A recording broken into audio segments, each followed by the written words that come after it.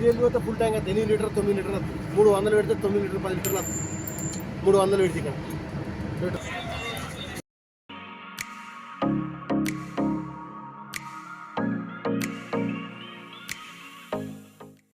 ఇక్కడ లో మేము ఇక్కడ తిరగాలంటే కూరగాయలకు దేనికైనా తిరగాలంటే మేము ఈ బండి తిరగలేము, ట్యాక్సీకి తిరగలేము. ట్యాక్సీకి ఎదుకోవాలన్నా ఒక 5,000 అంటే మన ఇక్కడ 300.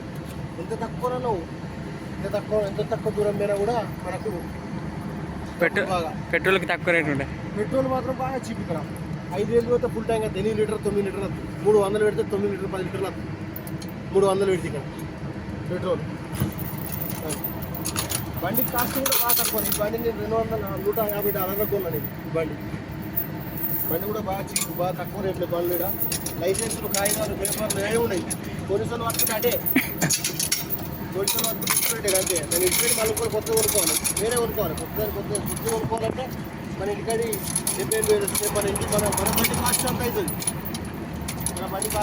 మన ఇండియాలో బండి కాస్ట్ అంత అవుతుంది.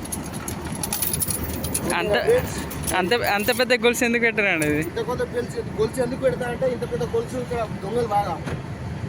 అది ఇక్కడ మన ఐడి లాక్ ఏం పని చేయి. ఈ గొలుసులున్నా కడిగేసి తీసుకుపోతారు.